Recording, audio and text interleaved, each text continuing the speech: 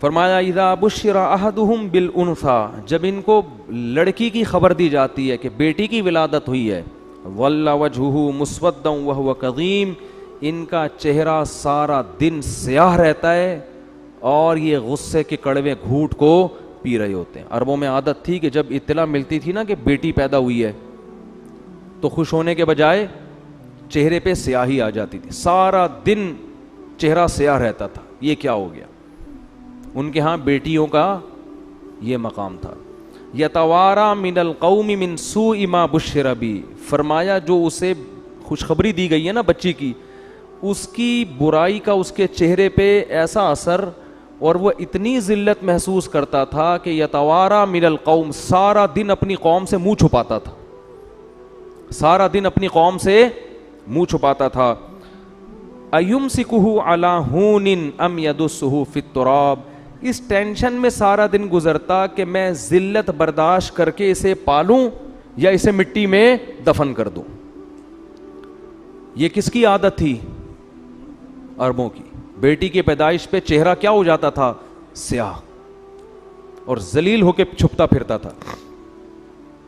मैंने वो कब्रिस्तान देखा है जहां बेटियों को दफन किया जाता था, आज भी मौजूद है, जो भी जाते हैं देख सकते हैं। इन मुशरिकीन पर हमें ताज्जुब नहीं है, ताज्जुब आज के पढ़े लिखे लोगों पर है कि जो नस्ल रोकते हैं इस खौफ से कि कहीं बेटी पैदा ना हो जाए। और मैंने खुद आज के जंगलियों को बच्ची की पैदाइश पे रोते हुए देखा है। पहले मुझे यकीन नहीं आता था, लेकिन पढ़े लिखे जंगली, पढ़े लिखे जाहिल, इनको मैंने अब भी देखा है बच्ची की पैदाइश पे आंसू बहाते। ये क्या हो गया? मैं एक दफ़ा अस्पताल में बैठा हूँ तो सामने कोई खातून रो रही हैं और वो बेटा उनका पैंट शर्ट में, लग रहा था कोई एजुकेटेड फैमिली है, वो भी बेचारा परेशान, मुंह ऐसा ना उसका झुका हुआ, रो तो नहीं रहा था लेकिन मुंह पे यही कैफियत थी जो यहाँ कुरान बयान कर रहा है। चेहरे पर क्या है? जिल्लत। तो माँ उसको तसल्ली दे रही है और रिश्तेदार कह रहे हैं भाई हाय बेचारे का मुंह उतर गया, पहले भी बेटी हुई थी, अब भी क्या हो गई? बेटी। इससे पता चलता है कि ये लोग खुदा पर ईमान नहीं रखते। इनको कोई ज़रूरत नहीं है अपने आप को मुसलमान कहें, शनाख्ती कार्ड में तुम्हारी नमाजों की अल्लाह को कोई ज़रूरत नहीं है। सबसे पहले अल्लाह देखता है कि तुम्हारा अल्लाह पर ईमान और तवक्कुल कितना है। बेटी किसने दी है? तेरी माँ भी तो किसी की बेटी है ना जिसने तुम्हें जना है, वो ना होती तो तुम पैदा होते। तो ये बड़ी जहाल, जब अल्लाह खत्म ना आपकी डिक्शनरी से, तो फिर बहुत बड़ी दरिंदे बनोगे, ये बता दूं, बहुत बड़ी दरिंदे। वही होगा कि जानवरों के तो हुकूक होंगे, इंसानों के हुकूक नहीं होंगे। बिल्लियों के हुकूक हैं, माँ बाप के हुकूक नहीं है। आजकल दोस्तों को पाला जा रहा है, एयर होस्टेस के हुकूक जानते हैं। बेटी पे अपनी औलाद पैदा हो रही है और इस गधे का मुंह सूज रहा है। मुझे तो दिल चाह रहा था मैं रख के इसके गधे को मारूं खींच खींच के। बेगैरत आदमी, तू पढ़ा लिखा है, तुझे शर्म, तुझे खुदा पर ईमान नहीं है क्या? तो ये लड़की, ये अल्लाह की मखलूक पहले है, बेगैरत तेरी बेटी ये बाद में है। ये अल्लाह ने अपनी मखलूक को पैदा किया है, उसका निजाम है, हमेशा से पैदा हो रही हैं और क़यामत तक होती रहेंगी।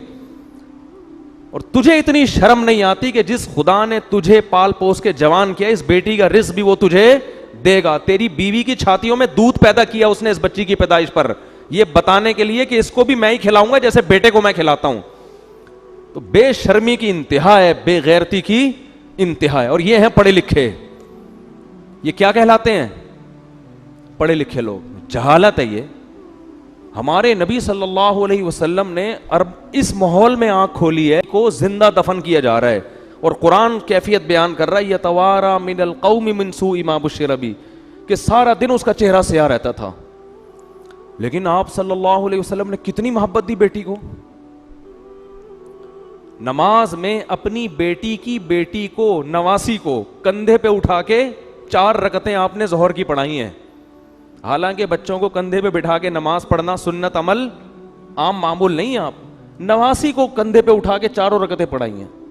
जब रुकू में जाते तो उठा के नीचे कर देते, और जब अगली रकत में खड़े होते फिर उठा के कंधे पे बिठा दे। इतनी मोहब्बत आपने अपनी किसी औलाद को, बल्कि किसी बच्चे को भी नहीं दी होगी। भाई ज्यादा इतनी मोहब्बत दे दी ना, किसी बच्चे को गोद में उठा लिया, सहाबा कहते हैं हम नमाज के इंतज़ार में थे, आप सल्लल्लाहु अलैहि वसल्लम जब आए हैं तो हम हैरान हो गए कि आपके कंधे पे आपकी नवासी बैठी हुई है।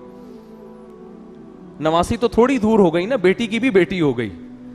तो हम हैरान थे, ये क्या हुआ भाई। और उसी तरह आपने नीयत बांध ली है भाई, सैयदुल अंबिया हैं और नवासी को कंधे पे बिठा के नमाज पढ़ा रहे हैं, पीछे अबू बकर, उमर, उस्मान, अली जैसे लोग खड़े हुए हैं। इतनी मुबारक महफिल। अब हैरान है साहबा, फरमाते हैं जब रुकू में गए ना तो उसको उठा के, क्योंकि गिर जाएगी ना वो, चलो अब एक दफा नीचे रख लिया तो काफी है, अगली रकत में खड़े होने से पहले दोबारा उठा के कंधे पे बिठाया उसको। चारों रकतें इस तरह से पढ़ी हैं। उलमा कहते हैं इसमें हिकमत ये थी, अरबों के दिल से बेटी की नफरत को खुरच खुरच के निकालना। इतना प्रोटोकॉल तो हसन हुसैन को भी नहीं दिया आप सल्लल्लाहु अलैहि वसल्लम ने, उनको भी कंधे पे बिठाया है, खुतबे में गोद में उठाया है, नमाज कंधे पे बिठा के 4 रकतें नहीं पढ़ाई हैं।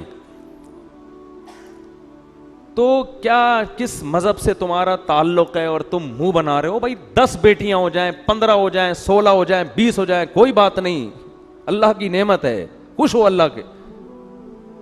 और अल्लाह बेटा दे के उसको नाफरमान बना दे, तुम्हारे सर पे जूते लगा रहा हो, वो अच्छा लगेगा फिर? तो जो दे रहा है अल्लाह उस पे बोलो ना भाई, शुक्र अदा ना, नस्ल रोको इस नीयत से कि मेरे 6 बेटियां हो गई हैं, 7वीं भी कहीं बेटी ना हो जाए। बाज लोग क्या करते हैं, बेटा हो गया तो नस्ल रोकते हैं कि बस अब नहीं चाहिए, बेटी हो गई तो बेटे की लालच में नस्ल बढ़ाते हैं। इससे क्या हो रहा है, जो कुदरत का एक निज़ाम है ना, लड़के और लड़की का जो रेशो होना चाहिए, ग्रोथ रेशो, वो क्या हो रहा है, खराब। जिनके लड़कियां हो रही हैं वो लड़के की लालच में होने दे रहे हैं, जो लड़के हो गए तो 1-2 के बाद ब्रेक लगा दी। ओ भाई, गैर मुस्लिमों पे ये चीज़ें सूट करती हैं। हम कलमा गो लोग हैं, हम अल्लाह को मानते हैं, हमें ये पता है कि अल्लाह ने बेटी और बेटे दोनों के लिए यहाबु लिमन यशाउ इस्तेमाल किया है कि जिसको चाहता हूं बेटे गिफ्ट करता हूं। हिबा, हिबा गिफ्ट को कहते हैं। वहाबु लिमन यशाउ, यहाबु लिमन यशाउ इनासा, जिसको चाहता हूं बेटियां गिफ्ट करता हूं। तो बेटियां गिफ्ट होती हैं, खुद गॉड गिफ्टेड हैं ये। और नबी सल्लल्लाहु अलैहि वसल्लम ने इरशाद फरमाया, जिसकी 3 बेटियां हुई और उसने उनकी सही कफालत की, उनकी तरबियत की और उनका सही जगह निकाह कर दिया, मैं इसके लिए जन्नत की जमानत देता हूं। और आपने ये भी फरमाया, कुन्न लहू हिरज़म मिनन नार, ये बेटियां बाप माँ भी इसमें दाखिल है, वालदैन और जहन्नम के दरमियान आड़ बन जाएंगी। कि अल्लाह अगर किसी कोताही की वजह से इनके वालदैन को जहन्नम में डालेगा ना, कुछ कोताहियां हो गई, तो रुकावट कौन बनेगा, हिरजन, बेटियां क्या बन जाएंगी, दीवार, रुकावट। क्यों? कि अल्लाह इसने इतनी बड़ी हमारे वालदैन ने नेकी की है कि हमें इज्जत के साथ इन्होंने अपने घर में पाला, हालांकि इनका हमसे कोई दुनियावी मफाद नहीं था। बेटों से तो मफाद होते हैं, ये करेगा यूं करेगा, हमसे क्या मफाद था, हमें तो रुखसत करना था इन्होंने ससुराल, तो वो अपनी इस एहसान का वास्ता देंगी। तो सहाबा तो बेटियों पे खुश होते थे भाई। पता नहीं किसका, कहां से ये कौन सी कौम से कौन से ड्रामे देख रहे हैं, कौन से फिल्में देख रहे हैं, कौन से क्या देख रहे हैं जिसकी वजह से ये नहुसत तो हो रहा है। वो तरस खा रहे होते हैं लोग, किसी की तीसरी बच्ची हो जाए ना, तरस खा रहे होते हैं। ये जाहिलों वाली बातें हैं, ये गैर मुस्लिमों पे सूट करती हैं। उनमें भी जो बहुत ही परले दर्जे के जाहिल हैं, हर गैर मुस्लिम भी ऐसा नहीं होता, ये उन पे सूट करने की बातें हम फख्र करते हैं भाई। बेटियां भी दे अल्लाह, बेटे भी दे, औ युज़व्विजुहुम ज़ुक्राना व इनासा, फरमाया जिसको चाहता हूँ गिफ्ट में बेटियों की लाइन लगा देता हूँ, जिसको चाहता हूँ गिफ्ट में बेटों की लाइन, और जिसको चाहता हूँ हटो बच्चों, ठीक है ना, बेटों की भी लाइन और बेटियों की भी लाइन। जब ज्यादा होते हैं तो फिर दोनों ही होते हैं। ये जो रोक रहे हैं ना 2 के बाद नहीं, तो फिर यहाँ तरसा तरसा के अल्लाह देता है। फिर अगर नस्ल को ऐसे ही पैदा होने दो कि भाई अल्लाह जितनी चाहे औलाद दे, तो हो सकता है आपकी 4 बेटियां हों, फिर लाइन से 4 बेटे हो जाएं। लेकिन जब आपने ये बुखल है ना तबीयत में कि खाऊं खिलाएंगे कहाँ से, इन पे तो खर्च करना पड़ेगा, तो फिर इसका मतलब है कि आपका अल्लाह पर ईमान नहीं है। फिर अल्लाह भी कहते हैं मैं टेंशन ही दूंगा तुझे। और वो बच्चा भी जो लड़का भी जो पैदा होगा ना, वो एक ही अंडा, वो भी गंदा। बोलोगे यार एक बच्चा लड़का हुआ और वो भी कमबख्त बोलो किसी काम का नहीं।